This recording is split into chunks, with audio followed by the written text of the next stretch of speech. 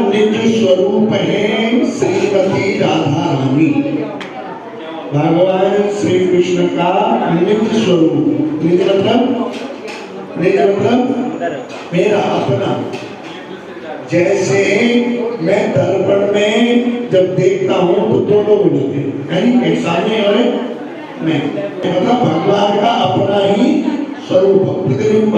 भगवान सिद्ध शुद्ध विशुद्ध प्रेम को प्राप्त करने हेतु भगवान ने अपना निज स्वरूप प्रकट किया, अपना निज स्वरूप प्रकट किया।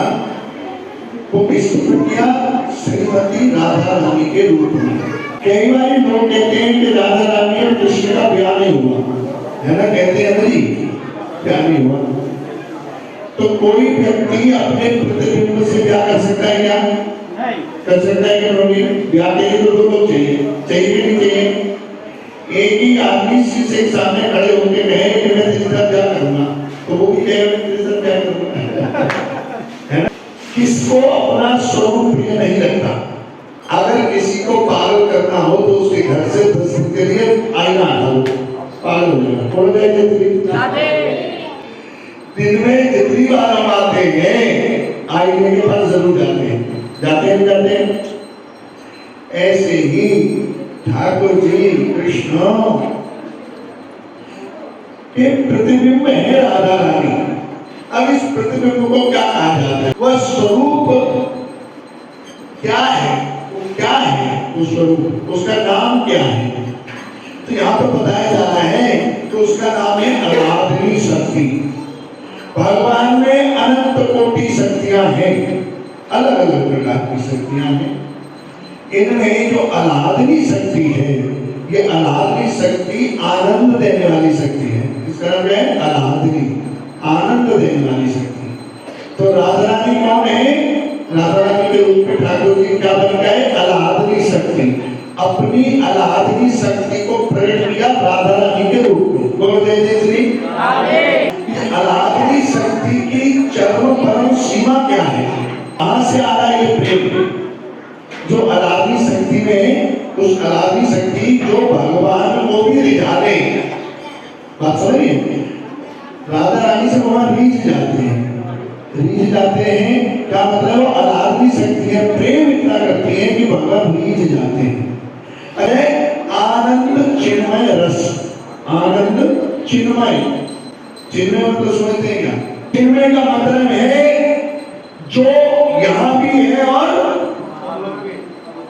था, है और हमेशा रहेगा, सनातन। जिसको कहते हैं सनातन, चिन्मय, प्रकाशमय, एकदम आनंदमय, जिसकी पराकाष्ठा नहीं, मतलब उसका कोई ऊपर है, परंतु अलादनी शक्ति को प्रेम देने के लिए आनंद चिन्मय रस, मतलब दिव्य रस, दिव्य, जो भाव जैसे सूर्य से तेज, सूर्य की चमक, उसको पकड़ नहीं सकते परंतु हमारे पर प्रभाव करती है।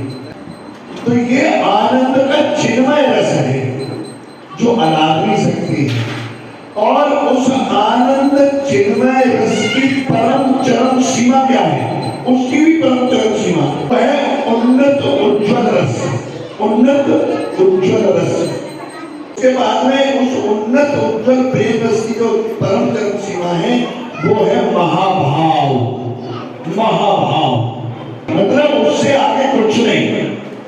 तो ऐसे भाव से ठाकुर जी प्रेम करते हैं। प्रेरणा की बात है, आपको पता होगा जब समुद्र मंथन हुआ तो जब विष निकला तो भगवान से उसको उन्होंने शांत कर दिया, उसको अमृत निकला, है ना, अमृत निकला नहीं।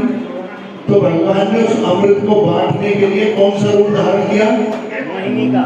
भगवान ने अमृत बांटने के लिए मोहिनी रूप धारण किया और वह इतने सुंदर बने, इतने सुंदर बन गए, इतने सुंदर बन गए कि देवता भी उनका महाराज बन गए। बोलो जय जय श्री। जब तुम्हें पता है कि भगवान है, उसके बावजूद भी उनके स्वरूप को देख करके देवता भी आकर्षित हो गए।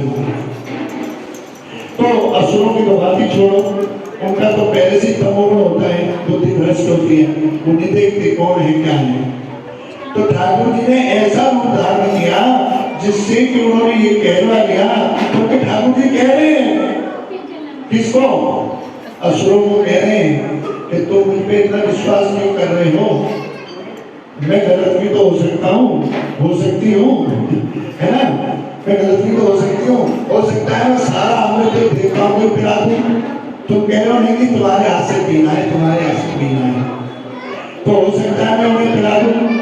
तो कहते जो मर्जी करो, अब तो तुम्हारे हाथ से ही मरना है हमें। बोलो जय जय श्री। उनकी सुंदरता देख के इतने पागल हो गए, इतने पागल हो गए कि बस अब तो यही मेरी पत्नी हो जाए, भारत कैसे करके कुछ भी कह रहे हैं। मोहनी रूप धारण किया भगवान ने, इतने सुंदर, इतने सुंदर, इतने सुंदर कि देवता भी आकर्षित हो गए और भोलेनाथ भी महाराज आकर्षित हो गए। बोलो जय जय श्री। भोलेनाथ ने निवेदन किया ठाकुर से कि आप एक बार यहाँ मुझे दर्शन करा अपने उसी रूप में। देखो ये भोलेनाथ के शब्द है, जब परम वैष्णव है, परम साधु, उनका भी दिमाग हिल गया। आप समझिए इतना सुंदर रूप प्रकट ठाकुर जी ने। अब ठाकुर जी जब आए वहां से अमृत बांट करके, तो ठाकुर जी ने देखा कि आखिर में इतना सुंदर, इतना सुंदर। जब प्रतिबिंब आईने के सामने गए तो उन्होंने क्या किया, अब देखो राधा रानी प्रकट होने वाली है, ध्यान से सुनना। ठाकुर जब शीशे के सामने आए, हाँ, तो उन्होंने कहा ये तो बहुत सुंदर है, परंतु फिर भी मुझे जाने के लिए जो अलादनी शक्ति है ना जी, वो महाभाव, ये अलादनी शक्ति के रूप को देख करके देवता सारे बीच गए, परंतु भगवान और वो तीन चीज अलादनी शक्ति में जो परम चरम सीमा है वो है आनंद चिन्मय रस। आनंद चिन्मय रस से अलादनी बनी, और ऐसे आनंद चिन्मय रस की परम चरम सीमा उन्नत उज्ज्वल रस, और ऊंचा चले गए। और उसके बाद आता है परम चरम सीमा उज्ज्वल रस की महाभाव, उससे आगे कुछ नहीं। मतलब इतनी सुंदरता जिससे आगे कोई सुंदरता नहीं है, ऐसी अलादनी शक्ति के रूप में राधा रानी प्रकट हुई है। अब वो होगी कहां से, वो सुनो। जब भगवान शीशे के सामने आए तो उन्होंने कहा सुंदर तो है, परंतु मुझे नहीं रिझा पा रहा है, ये स्वरूप जो है मुझे नहीं रिझा पा रहा है, क्योंकि भगवान को आराधनी शक्ति राधा रानी साथ में है, उन्हें राधा रानी का भाव आ रहा है, महाभाव आ रहा है। तो उन्होंने शीशे के अंदर ही अपने स्वरूप का अपने हाथों से श्रृंगार किया। बोल जय जय श्री। ब्रह्मा जी घनश्यामता में कहते हैं, वेणु प्रणंतमर विद्य तलयताक्षम प्रहादं समसितांबुद सुंदरंगम कंदर्प कोटि कमनीय विशेष शोभम गोविंदमादि पुरुषं तमं भजामि। कंदर्प कोटि मतलब करोड़ों करोड़ों कामदेव, कंदर्प कोटि कमनीय विशेष शोभा। कामदेव, एक कामदेव सारे अखंड ब्रह्मांड को हमारे डुबा लेता है, पागल कर देता है काम में। ऐसे करोड़ों कामदेव भी भगवान को रिझा नहीं पाते, भगवान इतने सुंदर हैं, उन्हें देख करके कामदेव भक्ति का हो जाता है। बोलो जय जय श्री। और ऐसे करोड़ों कामदेवों को लुभाने वाले कृष्ण, कामदेव को कहते हैं मदन, मदन कहते हैं कामदेव को। तो मदन मोहन ठाकुर का क्या नाम है, मदन मोहन। तो मदन को भी मोह लेने वाले कौन है, कृष्ण। कौन है, मदन मोहन। वो अपनी सुंदरता को श्रृंगार करके और सुंदर बना रहे हैं। जब अपनी सुंदरता इतनी है तो जो व्यक्ति खुद इतना सुंदर है तो और अच्छे को देखना चाहेगा ना। तो अपनी उसी मति से, महाभाव की मति से उन्होंने श्रृंगार करना शुरू किया अपना शीशे पे। जब वो श्रृंगार उन्होंने किया, आहा, तो अलग ही छटा थी, बस वो राधा रानी वहां से प्रकट होगी। बोलो जय जय श्री। ये राधे भगवान ने स्वयं ही अपने अंदर से जिन्हें प्रकट किया, निज स्वरूप से प्रकट किया, ये है राधा रानी।